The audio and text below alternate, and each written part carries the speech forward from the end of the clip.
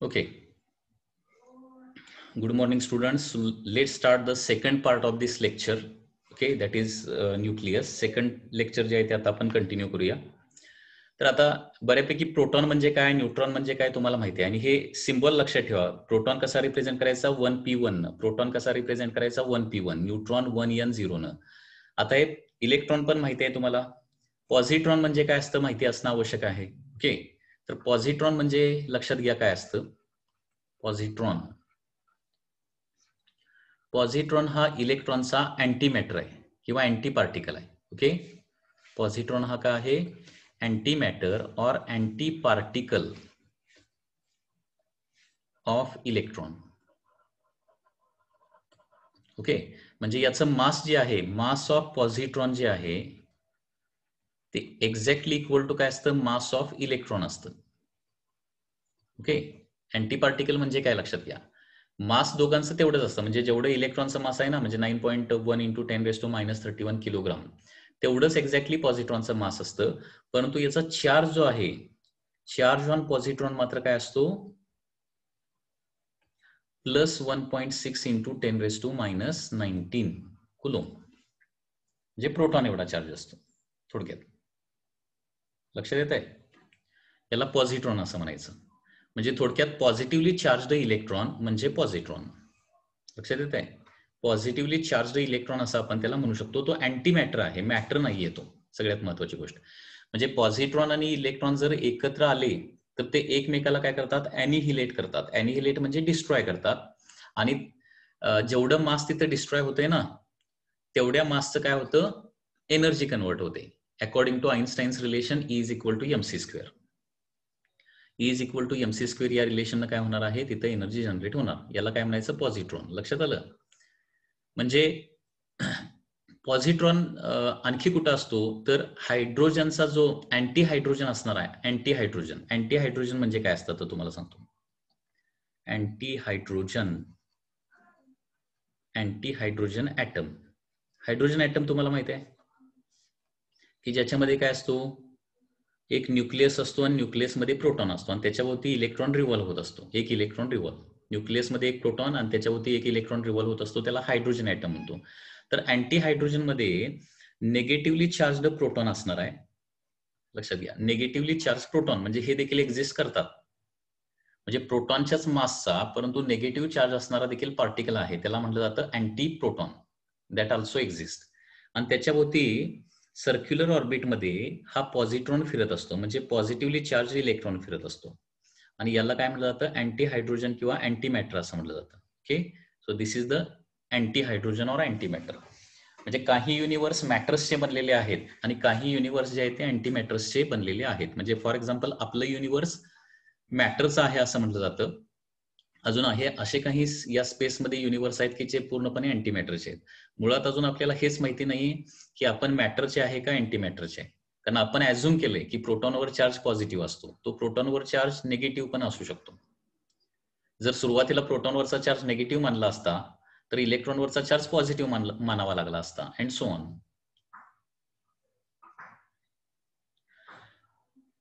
अँटीमॅटर स्पेसमध्ये एक्झिस्ट आहेत आणि ते तयार देखील करता येतात. अँटीमॅटर तयार करता येतात. अँटीमॅटर तयार करायचं म्हणजे पॉझिट्रॉन तयार करायचे. आणि काही न्यूक्लिअर रिएक्शन मध्ये पॉझिट्रॉन बाहेर पडतो ऑटोमॅटिकली. अशा काही न्यूक्लिअर रिएक्शन आहेत ऑलरेडी. ओके, आता याच्यानंतर नेक्स्ट आहे दॅट इज न्यूट्रिनो आणि अँटी न्यूट्रिनो म्हणजे काय. आता न्यूट्रिनो आणि अँटी न्यूट्रिनो हे न्यूक्लिअर रिएक्शन मध्ये बाहेर पडणारे खूप स्मॉल साईज पार्टिकल आहेत. लक्षात घ्या, न्यूट्रिनो ज्याचं मास जे आहे ते इलेक्ट्रॉनच्या मासपेक्षाही कमी असतं आणि ते मॅटर बरोबर इंटरॅक्ट करत नाहीत. न्यूट्रिनो, आता वन्स अगेन न्यूट्रिनो हा मॅटर आहे आणि अँटी न्यूट्रिनो हा अँटी मॅटर आहे. जसं प्रत्येक मॅटरला अँटी मॅटर असतोच, जसं इलेक्ट्रॉनला पॉझिट्रॉन आहे, प्रोटॉनला अँटी प्रोटॉन आहे, ओके, न्यूट्रॉनला देखील अँटी न्यूट्रॉन आहे, तसं न्यूट्रिनोला अँटी न्यूट्रिनो हा पार्टिकल आहे. न्यूक्लिअर रिएक्शन मध्ये काही पार्टिकल्स बाहेर पडताना दिसले की जे इलेक्ट्रॉन, पॉझिट्रॉन, प्रोटॉन, न्यूट्रॉन प्रमाणे नाही येते, ज्याचं मास खूप कमी आहे. लक्षात घ्या, आणि जे मॅटर बरोबर इंटरॅक्ट करत नाहीत त्याला काय म्हटलं जातं, न्यूट्रिनो असं म्हटलं जातं. न्यूट्रिनो कारण ते न्यूट्रल आहेत पहिली गोष्ट, आणि ते मॅटर बरोबर इंटरॅक्ट करत नाहीत. सगळ्यात महत्वाची गोष्ट म्हणजे न्यूट्रिनोचा मेजर सोर्स कोण आहे माहिती आहे का? सगळ्यात मोठा source, that is sun. Sun is a major source of neutrino.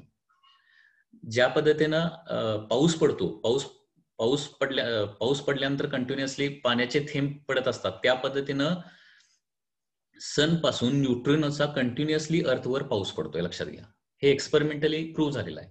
परंतु ते आपल्या बॉडीमधून किंवा अर्थमधून विदाउट एनी इंटरॅक्शन, विदाउट कुठलंही इंटरॅक्शन न करता आरपार पास होतात.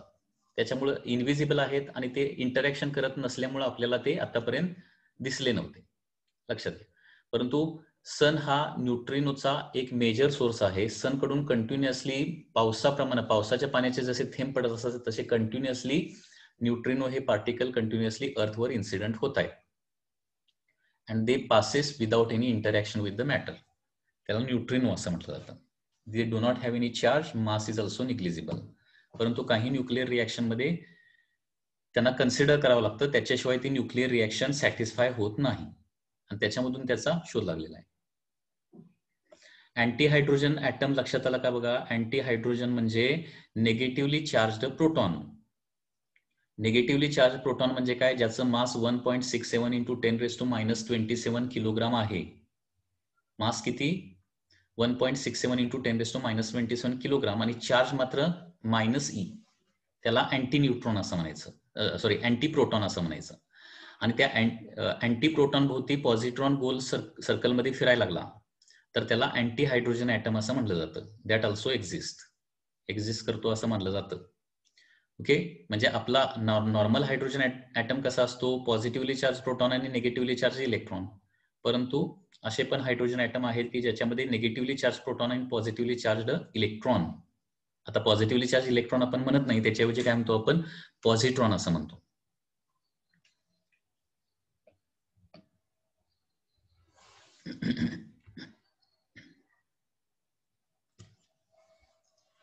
That is called as antimatter. Okay, आता याच्यावर एक्झाम मध्ये क्वेश्चन कसे येऊ शकतात लक्षात घ्या. असं सिंपल क्वेश्चन एक्झाम मध्ये येऊ शकतात. In following reaction x stands for. Question बघा, MCQ. In following reactions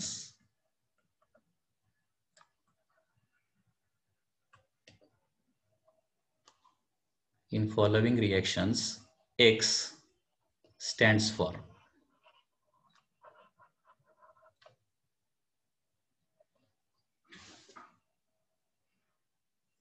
Reaction is given like this: C612.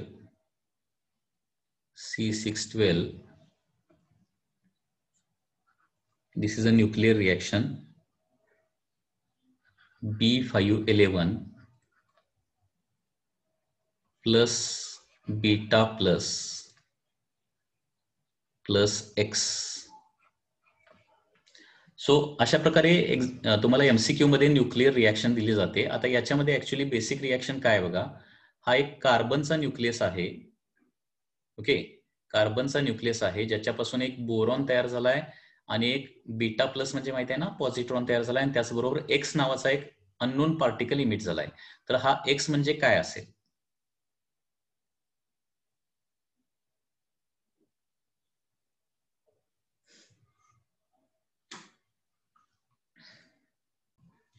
आता इथं बघा, आता हे तुम्हाला माहिती पाहिजे की पॉझिट्रॉन म्हणजे आपण रिप्रेझेंट कसा करतो? पॉझिट्रॉन रिप्रेझेंट करण्यासाठी इथं 1 लिहावं लागतं आणि इथं 0 लिहावं लागतं.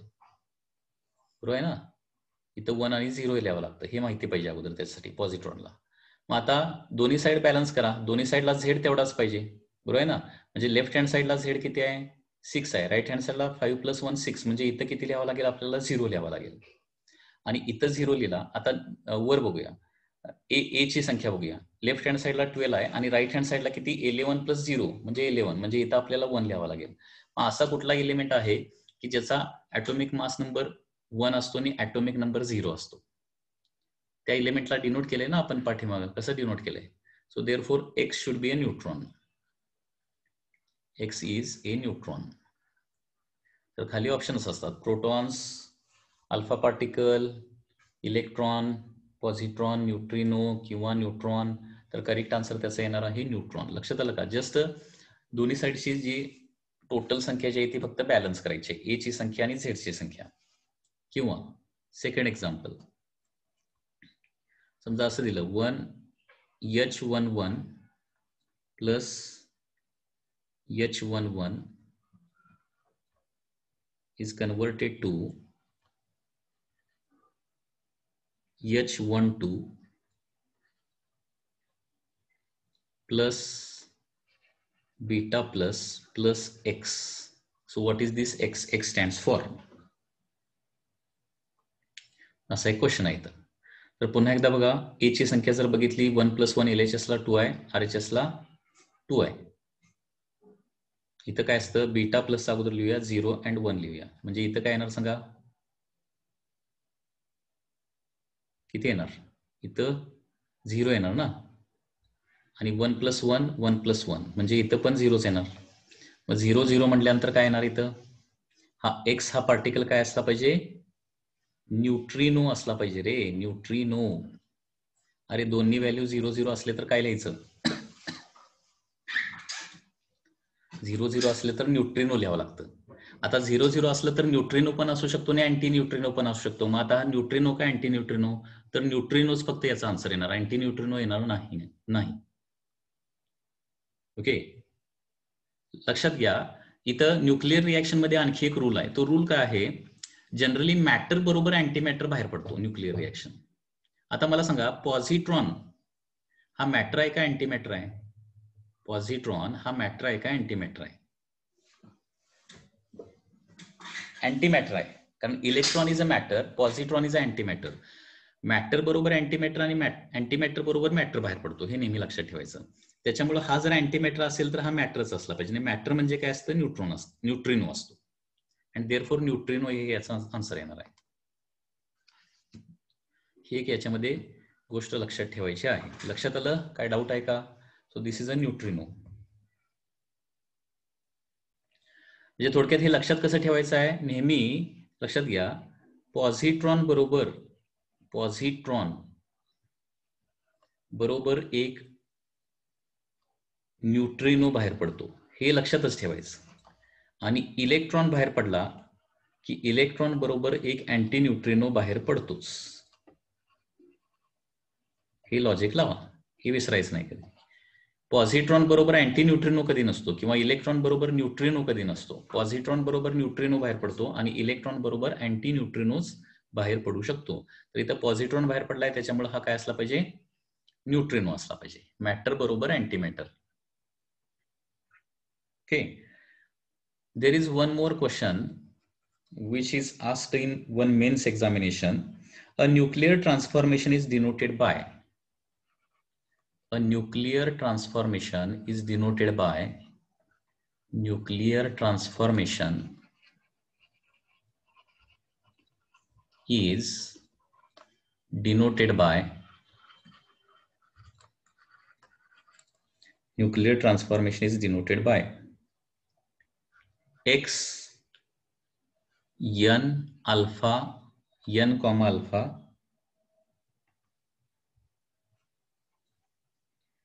3Li7. Which of the following nucleus of element X is? Which of following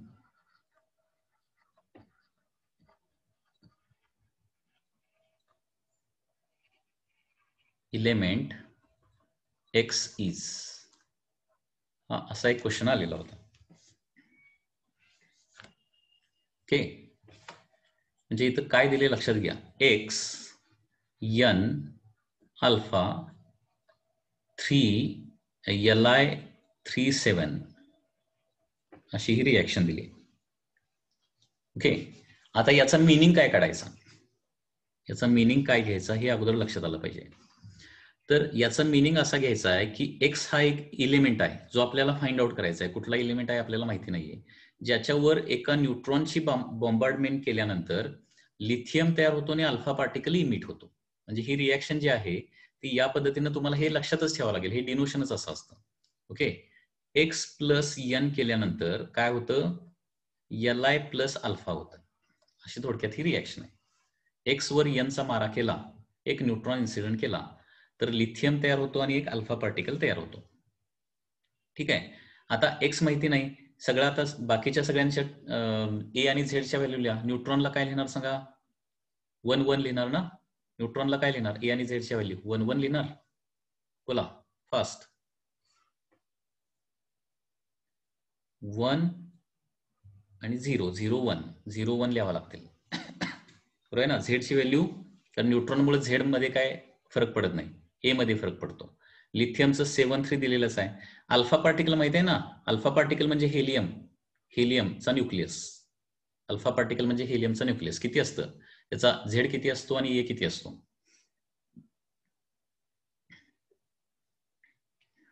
2 4. Correct. आता याच्यावरून ही न्यूक्लिअर रिएक्शन बॅलन्स करा. न्यूक्लिअर रिएक्शन बॅलन्स केल्यावर काय होणार बघा? 7 + 4 11 येणार. म्हणजे इथं असलं पाहिजे 10, कारण 10 + 1 11. इकडं 3 + 2 5. 5 म्हणजे इथं 0 आहे, म्हणजे इथं 5च असलं पाहिजे. बरोबर ना. म्हणजे एक्स हा एलिमेंट जो आहे तो काय येणार आहे? त्याचा झेड 5 असेल आणि ए 10 असेल.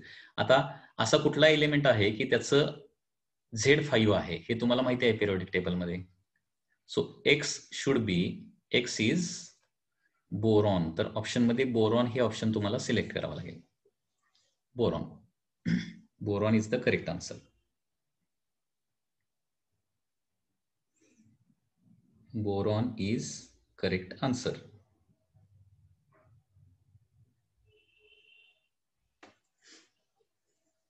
Okay. Next part now we are going to study, that is nuclear size. आता बघायचं आहे नेक्स्ट. न्यूक्लिअर साईज जी रुदरफोर्डने अप्रॉक्सिमेटली अल्फा स्कॅटरिंग एक्सपेरिमेंट मध्ये डिसाइड केलेली होती by using the concept of distance of closest approach. बरोबर. डिस्टन्स ऑफ क्लोजेस्ट अप्रोच नावाची कन्सेप्ट वापरून काय केलेलं होतं? न्यूक्लियसची अप्रॉक्सिमेट साईज डिसाइड केलेली होती. नाही आपल्याला माहित आहे न्यूक्लिअर साईज किती असते, पण त्याची आता एक्झॅक्ट व्हॅल्यू बघायची आहे आपल्याला. न्यूक्लिअर साईज,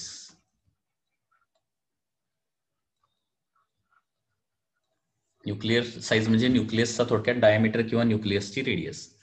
आता न्यूक्लिअर साईज जी आहे ती ऍटम या टॉपिक मध्ये त्याचा फक्त आपण ओव्हरव्ह्यू बघितलेला आहे की साधारणपणे किती असते. तर साधारणपणे ऍटमची साईज जी आहे आपल्याला माहित आहे की ऍटमची साईज जी आहे ती 1 अँगस्ट्रॉमच्या आसपास असते आणि न्यूक्लियसची साईज जी आहे ती 1 फर्मीच्या आसपास असते. बरोबर ना. ऍटम अँड न्यूक्लियस हे आपण ऍटम टॉपिक मध्ये बघितलं आहे, परंतु एक्झॅक्टली किती असते, त्याची व्हॅल्यू किती असते हे आपल्याला आता बघायचं आहे. आणि याच्यामध्ये जर बघितलं ऍटम आणि न्यूक्लियसची साईज यांचं कंपॅरिझन करायचं झालं तर ऍटमची साईज न्यूक्लियसच्या साईज पेक्षा किती आहे? 1 लाख टाइम्स मोर आहे. कारण 1 अँगस्ट्रॉम म्हणजे किती? 10⁻⁻10 मीटर आणि 1 फर्मी म्हणजे किती असतं? 10⁻⁻15 मीटर. म्हणजे ऍटमची जी साईज आहे ती न्यूक्लियसच्या साईज पेक्षा 10⁵ टाइम्स म्हणजे 1 लाख टाइम्स मोर आहे. ठीक आहे. याचे काही एक्झाम्पल्स देखील दिलेले होते. जर इमॅजिन करायचं झालं ऍटम आणि न्यूक्लियसचं तर काय असणार आहे? फुटबॉल स्टेडियम हा ऍटम असेल तर त्याच्यामध्ये फुटबॉल जो आहे तो काय असणार आहे? न्यूक्लियस असणार आहे. म्हणजे फुटबॉलची साईज न्यूक्लियस. ओके. आणि फुटबॉल स्टेडियम म्हणजे ऍटम. या पद्धतीनं आपण थोडंसं त्याचं कंपॅरिझन करू शकतो.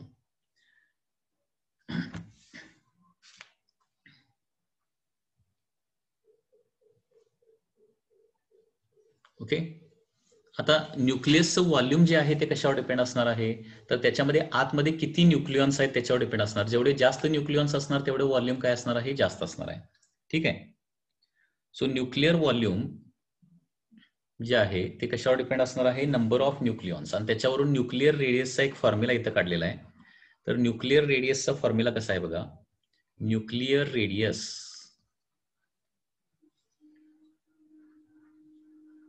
कारण लक्षात घ्या व्हॉल्यूम ऑफ न्यूक्लियस कशावर डिपेंड असणार? म्हणजे न्यूक्लिअर रेडियसचा साधारणपणे फॉर्म्युला कसा आलाय ते तुम्हाला सांगतो. Volume of nucleus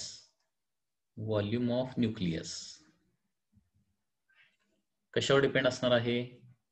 nucleus depends on number of nucleons. Number of nucleons म्हणजे protons and neutrons present inside. Present inside. Okay, जास्त न्यूक्लियॉन्स एकत्र आले तर ऑटोमॅटिकली काय होणार आहे, त्याची व्हॉल्यूम म्हणजे त्याची साईज वाढणार आहे. म्हणजे थोडक्यात आपण असं म्हणू शकतो की volume is directly proportional to काय येणार, नंबर ऑफ न्यूक्लियन्स. म्हणजे काय असतं रे, ए की Z. Volume is directly proportional to A असणार की झेड असणार, number of nucleons. Number of nucleons म्हणजे ए ना, जेवढे जास्त न्यूक्लियॉन्स तेवढं व्हॉल्यूम त्याचं जास्त. So volume is directly proportional to काय येणार आहे, ए येणार आहे. अँड देअरफोर आपण म्हणू शकतो, आता व्हॉल्यूम म्हणजे volume is directly proportional to काय असतं, रेडियस क्यूब असतं. Nuclear radius suppose capital R ना आपण डिनोट केली, तर न्यूक्लिअर व्हॉल्यूम ऑफ अ स्पिअरचा फॉर्म्युला 4/3 पाय आर क्यूब. म्हणजे volume is directly proportional to R cube. म्हणजे याचाच अर्थ झाला की R cube is directly proportional to A येणार आहे, किंवा R is directly proportional to atomic mass number raise to 1/3.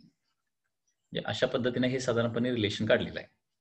Nuclear radius जी आहे, न्यूक्लिअर रेडियस ही directly proportional to A raise to 1/3 असते.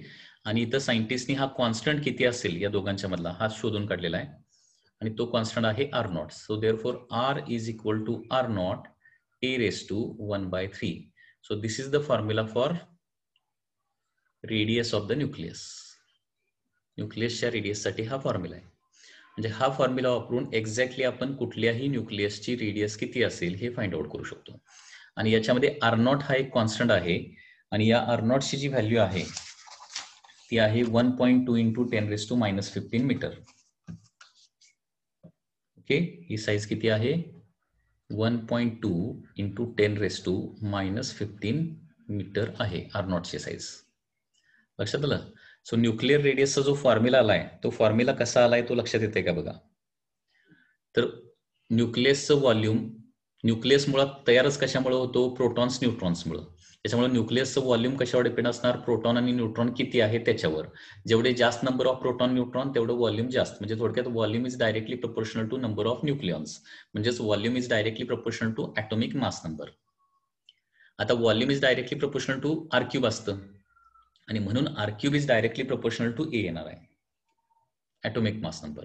And therefore R is directly proportional to a raised to 1/3, and therefore R is equal to R naught a raised to 1/3. R naught हा एक constant आहे, आणि त्याची value जी आहे ती 1.2 into 10⁻⁻15 metre असं म्हटलं जातं. आणि या R नॉटलाच न्यूक्लिअर युनिट रेडियस असं म्हटलं जातं. This is also called as nuclear unit radius.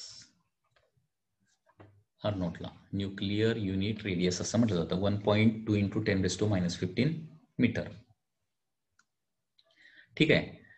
So R is equal to R not A raise to 1/3. आता काही वेळेला तुम्हाला आर आणि ए मधला ग्राफ विचारला जातो, ग्राफिकल क्वेश्चन याच्यावर आहेत, किंवा लॉग आर आणि लॉग ए मधला ग्राफ विचारला जातो. तर ते ग्राफ व्यवस्थित काढता आले पाहिजेत. ओके, अगोदर फॉर्म्युला लक्षात आला का बघा. न्यूक्लिअर रेडियसचा फॉर्म्युला काय आहे, कुठल्याही न्यूक्लियसच्या रेडियसचा फॉर्म्युला आहे R not into atomic mass number raise to 1/3 और cube root of atomic mass number. Okay,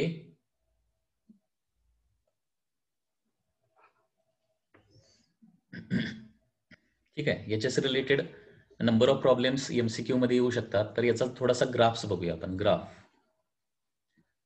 between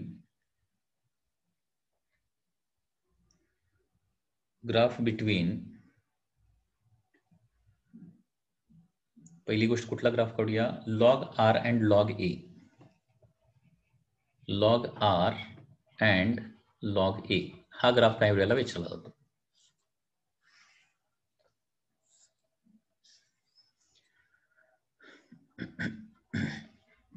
graph between log R and log A, log of radius to the log of atomic mass number यांच्यामधला graph.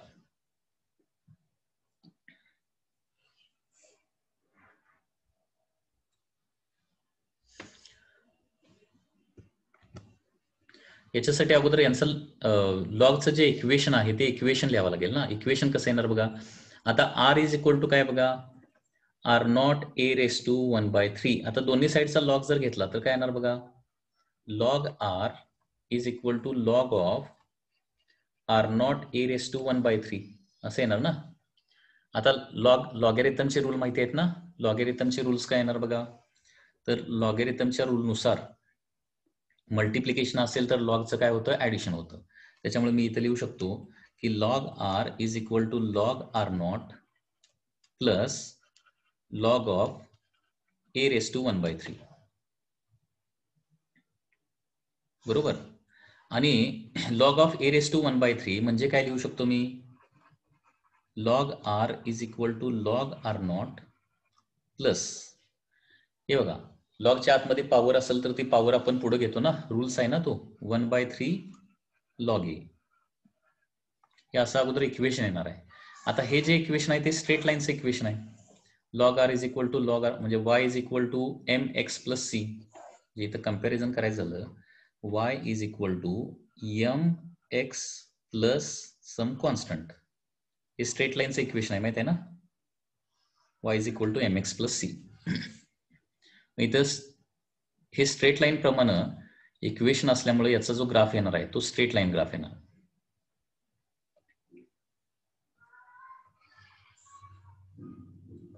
म्हणजे एका ऍक्सिसवर Y म्हणजे log R घेणार आहे मी, Y म्हणजे log of R, आणि x म्हणजे काय घेणार आहे, लॉग ए घेणार आहे. तर इथं हा कॉन्स्टंट म्हणजे वाय इंटरसेप्ट असतो ना, म्हणजे वाय ऍक्सिसचा इंटरसेप्ट किती येणार आहे, log R nought. Log R nought हा वाय इंटरसेप्ट येणार आणि स्लोप किती येणार आहे, 1/3 and it will be a straight line. So in this way it will be the graph log R nought. आणि याचा स्लोप किती असणार, slope will be equal to 1/3. म्हणजे असा पण क्वेश्चन विचारला जाऊ शकतो की लॉग आर आणि लॉग ए यांचा जो ग्राफ आहे त्या ग्राफचा स्लोप काय असेल, तर स्लोप असणार आहे 1/3.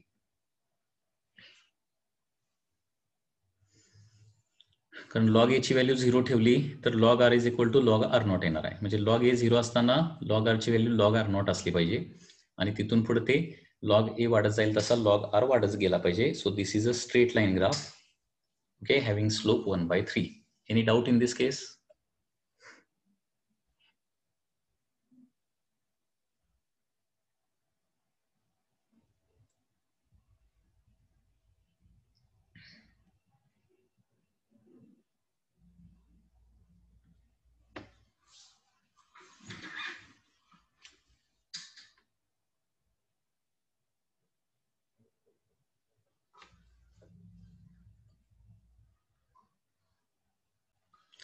परंतु याच्यामध्ये समजा तुम्हाला विचारलं what will be the graph between R and A,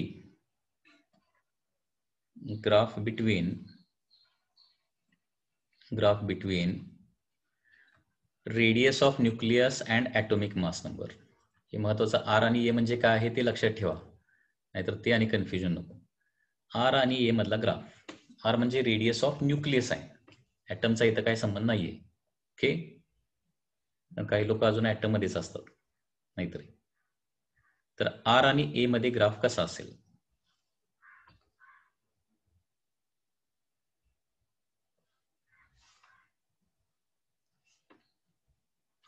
तर पहिली गोष्ट म्हणजे ए वाढत जाईल तसा आर वाढत जाणार आहे, परंतु R is directly proportional to A तर नाहीये.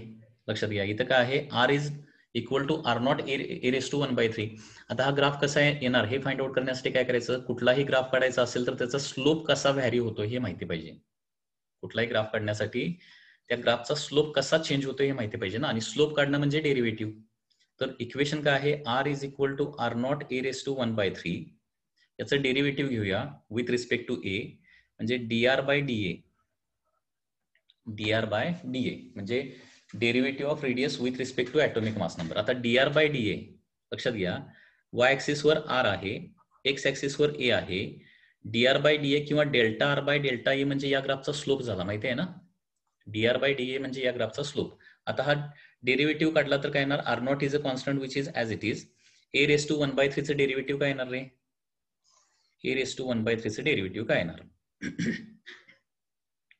ए रेस टू म्हणजे कुठलाही ग्राफ जर तुम्हाला इमॅजिन करायचा असेल, कळत नसेल तो असा स्ट्रेट लाईन वाढत जाणार का असा कॉन्केव्ह येणार का कॉन्व्हेक्स येणार, हे डिसाईड करण्यासाठी डेरिव्हेटिव्ह काढून बघायचं. डेरिव्हेटिव्ह म्हणजे स्लोप. स्लोप एकदा काढला की कधीही ग्राफच्या इंटरप्रिटेशन मध्ये मिस्टेक होत नाही. हा, n into N raise to X raise to एनचं डेरिव्हेटिव्ह काय असतं? n into X raise to N minus one. तसं 1/3 into A raise to N minus one म्हणजे किती येणार? n into N raise to D by D एक्सचा formula काय रे? D by D X of X raise to N म्हणजे काय असतं? n into X raise to N minus one. हा फॉर्म्युला माहित आहे ना? हा फॉर्म्युला इथे यूज करायचा आहे. सो n म्हणजे 1/3 आहे आणि a raise to 1/3 minus one म्हणजे काय येणार? मायनस 2/3 येणार. म्हणजे हे असं होणार r0/3 आणि डिनॉमिनेटरला a रेस टू 2/3 येणार. मायनस पॉवर म्हणजे डिनॉमिनेटरला जाणार dr/dA. आता याच्यावरून काय कळतंय? याच्यावरून काय कळतंय? a वाढत जाईल तसं dr/d, कारण a डिनॉमिनेटरला आहे ना. a डिनॉमिनेटरला आहे. पॉवर मायनस आली म्हणजे तो a डिनॉमिनेटरला गेला. डिनॉमिनेटरला गेला म्हणजे काय? a वाढत जाईल तसं dr/dA कमी व्हायला पाहिजे. म्हणजे स्लोप कमी व्हायला पाहिजे. म्हणजे सुरुवातीला स्लोप जास्त पाहिजे आणि नंतर स्लोप कमी व्हायला पाहिजे. So graph will be like this. या ग्राफच्या प्रत्येक पॉइंटचा स्लोप बघा. सुरुवातीला स्लोप जास्त येणार. या पॉइंटला स्लोप काढून बघा. हे असं इमॅजिन करायचं असतं. हा पॉइंट जर घेतला तर असा स्लोप येणार. हा पॉइंट घेतला तर स्लोप असा. हा पॉइंट घेतला तर असा. ओके. आणि पहिली महत्वाची गोष्ट म्हणजे हे पॉझिटिव्ह इक्वेशन आलंय. पॉझिटिव्ह इक्वेशन आलंय म्हणून स्लोप पॉझिटिव्ह घेतला. हे जर मायनस साईन वगैरे इथं आलं असतं, मायनस साईन, तर मायनस मध्ये स्लोप वाढत जायला पाहिजे. मायनस मध्ये स्लोप वाढत जायला पाहिजे म्हणजे सॉरी कमी होत जायला पाहिजे म्हणजे असं ग्राफ येतो. त्याच्यासाठी ग्राफचा पार्ट तुम्हाला स्टडी करावा लागेल. ग्राफ नेमके कसे काढायचे असतात. ठीक आहे. तर हे एक एक्झाम्पल लक्षात ठेवा. आर आणि ए मधला ग्राफ जो आहे तो या पद्धतीने येणार आहे. जसं ए वाढत जाईल तसं dr/dA म्हणजे स्लोप कमी होत गेला पाहिजे. म्हणजे सुरुवातीला स्लोप जास्त, कारण सुरुवातीला a 0 असेल तर r 0 पाहिजे. म्हणजे ओरिजिन मधूनच स्टार्ट होणार पहिली गोष्ट. त्याच्यानंतर सुरुवातीला एक खूप कमी असणार, त्याच्यामुळे dr/dA म्हणजे स्लोप सगळ्यात जास्त असणार. म्हणजे सुरुवातीला स्लोप जास्त पाहिजे आणि नंतर स्लोप a वाढत जाईल तसं स्लोप कमी होत गेला पाहिजे. So the graph can only possible in this way only. Okay. So this is the graph between R and A. तर हे दोन्ही ग्राफ लक्षात ठेवा. लॉग आर आणि लॉग ए याच्यामधला ग्राफ स्ट्रेट लाईन असतो विथ स्लोप 1/3. आणि graph between radius and atomic mass number याचा जो ग्राफ आहे तो डिक्रीजिंग स्लोप, पॉझिटिव्ह डिक्रीजिंग स्लोपचा ग्राफ असणार आहे.